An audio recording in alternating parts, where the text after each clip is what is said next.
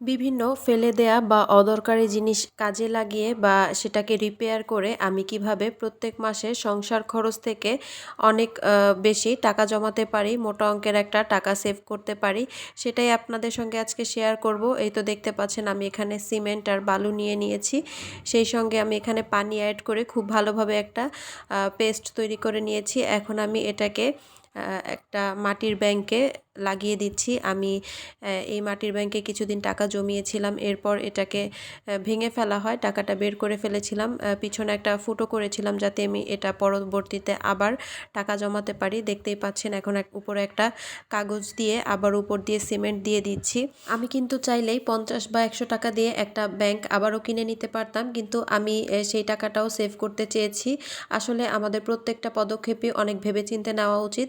এই 50 টাকা 100 টাকা করে করেই কিন্তু একদিন অনেক মোটা অঙ্কের একটা টাকা হয়ে দাঁড়ায়, যেটা আমাদের বিপদের সময় কাজে লাগে বা আমাদের ভবিষ্যতে অনেক কাজে লাগতে পারে। তো আপনারাও চেষ্টা করবেন যে জিনিসটা আপনার ঘরে আছে কোনো কিছু কেনার আগে সেই জিনিসটাকে রিপেয়ার করে কি আবার ব্যবহার করা যায় কিনা বা সেই জিনিসটা আপনার কাজে লাগানো যায় কিনা সেটা অবশ্যই আগে ভেবে দেখবেন। ভিডিওটি ভালো লাগলে চ্যানেলটি সাবস্ক্রাইব করার অনুরোধ রইল।